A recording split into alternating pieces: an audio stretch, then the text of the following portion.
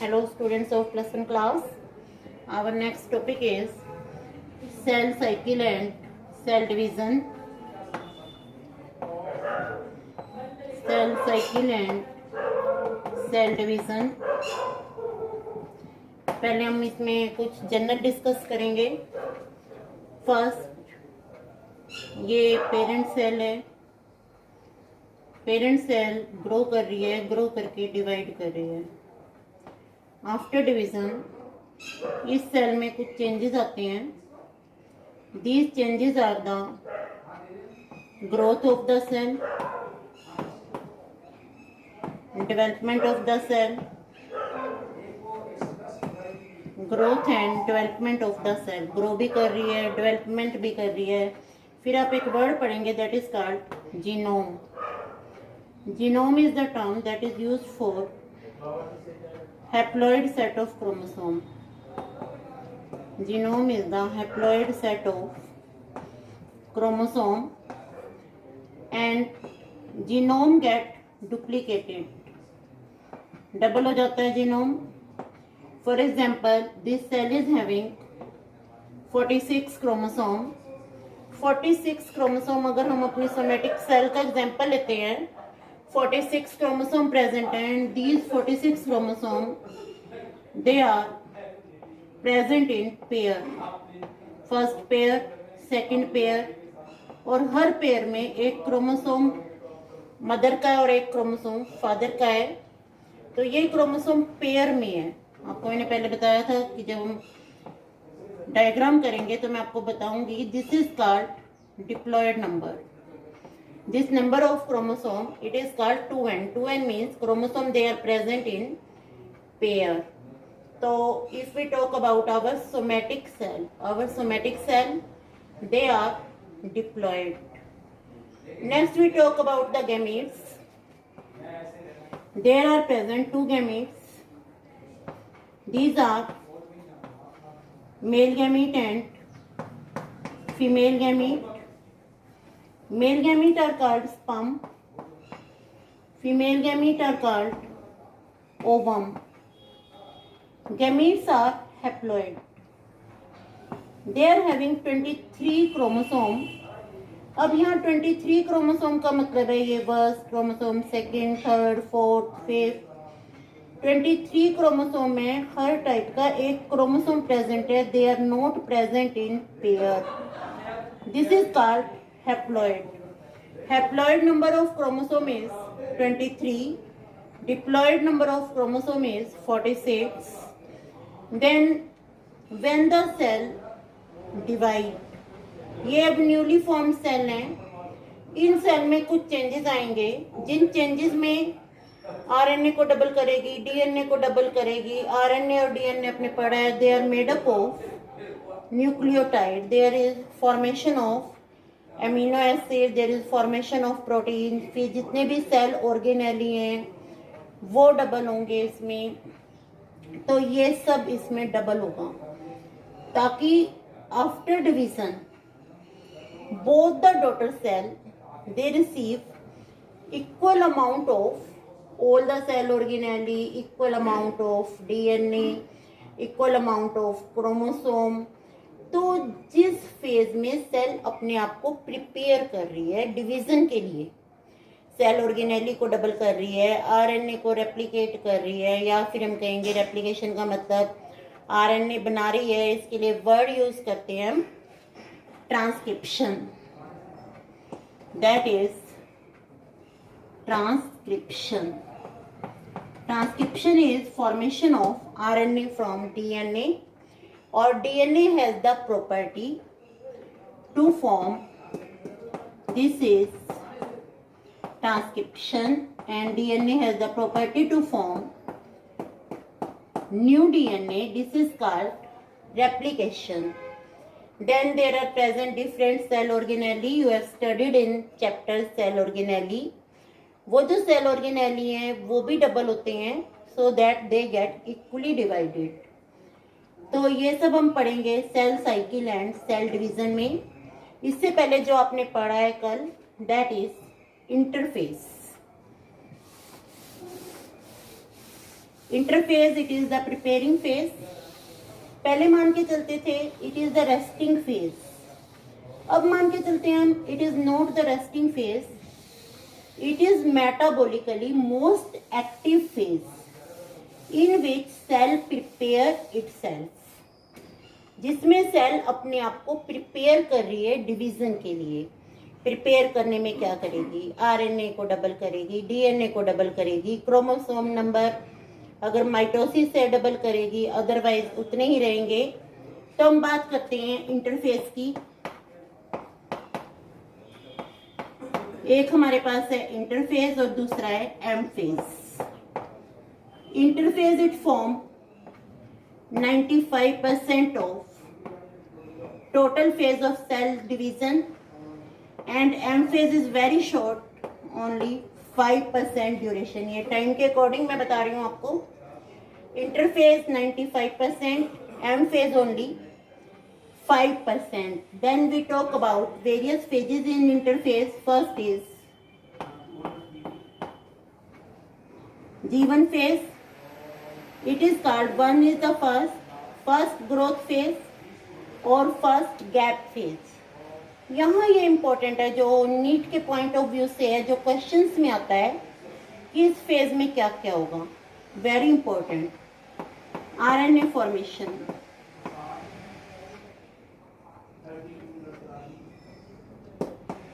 Amino acid formation,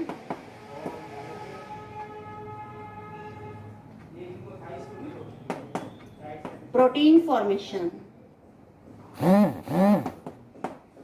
These are the events which take place in G1 phase.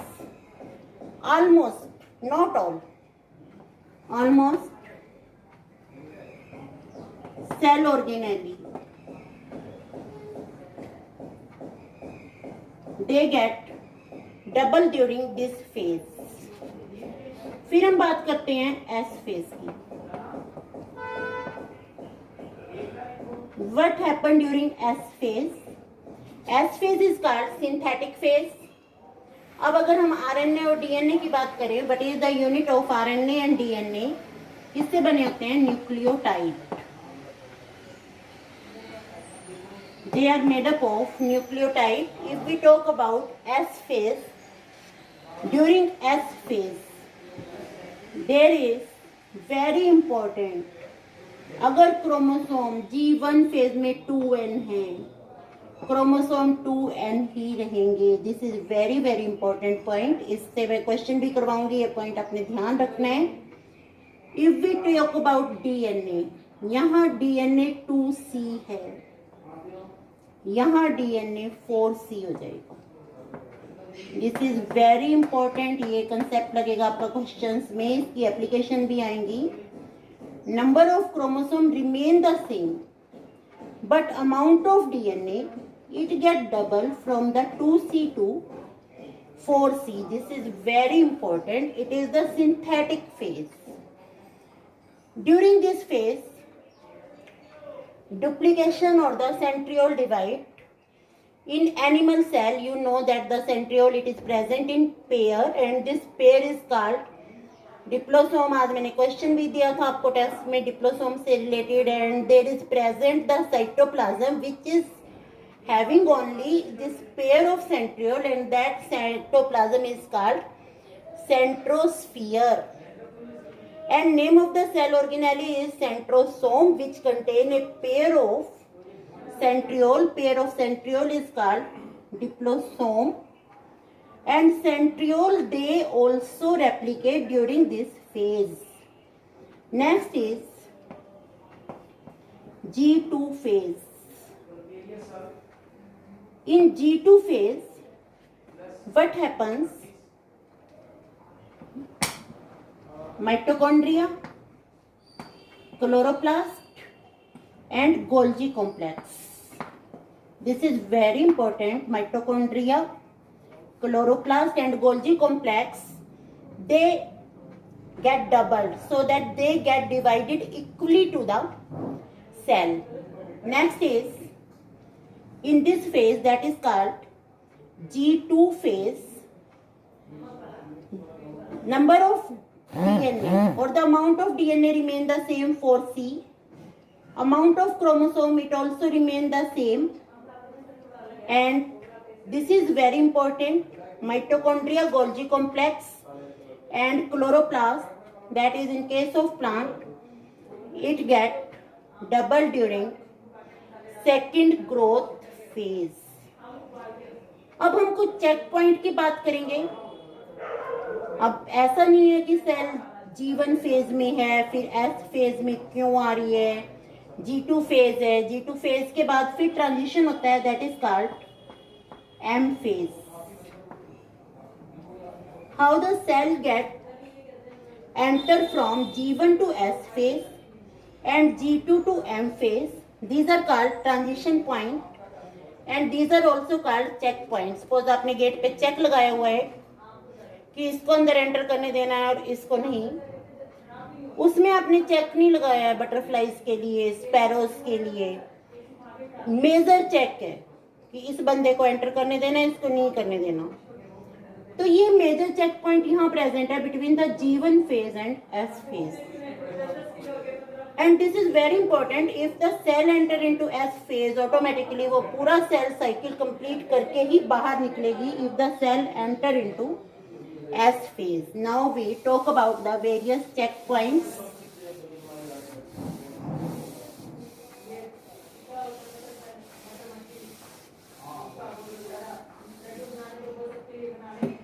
First we talk about G1 phase, S phase, G2 phase, M phase. एक और phase है हमारा यहाँ G0 phase, that is called quiescent phase. What is the meaning of quiescent phase? जहाँ cell divide नहीं करती. पर यहाँ ये बहुत इंपॉर्टेंट है, cell is metabolically active. Cell is metabolically active, but cell don't divide. अब हमारे पास है protein cyclin and CDK, cyclin dependent protein kinase. अब काइनेज के लिए आपने एक बात ध्यान रखनी है, kinase are the enzyme which help in phosphorylation. What is the meaning of phosphorylation? It help in addition of phosphate group. अब यहाँ पर एक मेजर चेक पॉइंट है, this is called major check point. This major check point, ये major check point ही बताएगा कि cell को G1 से S फेज में जाना है या नहीं जाना. तो ये मेजर चेक पॉइंट क्या है? G1 cyclin. ये G1 साइक्लिन, ये फिर क्या हुआ, दिस इज द प्रोटीन, ये एक्टिवेट कर देता है CDK को. G1 cyclin it act on CDK, CDK become activated. Activated का मतलब क्या हुआ, इसकी फॉस्फोराइलेशन होगी. What is the meaning of phosphorylation? That is addition of phosphate group. CDK activate हो गया है with the help of phosphorylation, with the help of addition of phosphate group, और सेल एंटर कर गया है G1 से S phase में. That means cell ने मेजर चेक पॉइंट को क्रॉस कर लिया है. अब ऑटोमेटिकली S से G2 में चली जाएगी, यहाँ कोई चेक पॉइंट नहीं है. फिर एक माइनर चेक पॉइंट है G2 और M के बीच में, that is called M cyclin. Cyclin बेटा ध्यान रखना है, साइक्लिन तो प्रोटीन का ही नाम है. यहाँ कर रहे हैं तो ये G1 साइक्लिन है, यहाँ कर रहे हैं तो M साइक्लिन है. और M साइक्लिन जो है ये माइनर चेक पॉइंट है, डिटरमिन करेगा कि सेल एंटर कर रही है G2 से M में. अब M साइक्लिन भी क्या करता है, it activate the CDK, cyclin dependent kinase. जब साइक्लिन डिपेंडेंट काइनेज एक्टिवेट होगा, cell enter from G2 to M phase. G2 से M फेज में एंटर कर जाएगी. जब M फेज में एंटर करेगी तो CDK इनएक्टिवेट हो जाएगा, डिसोशिएट हो जाएगा. और फिर एम फेज का मतलब है various processes in the M phase, आपने पढ़ा है prophase, metaphase, anaphase and telophase, cell फिर पूरा कंप्लीट ही करती है।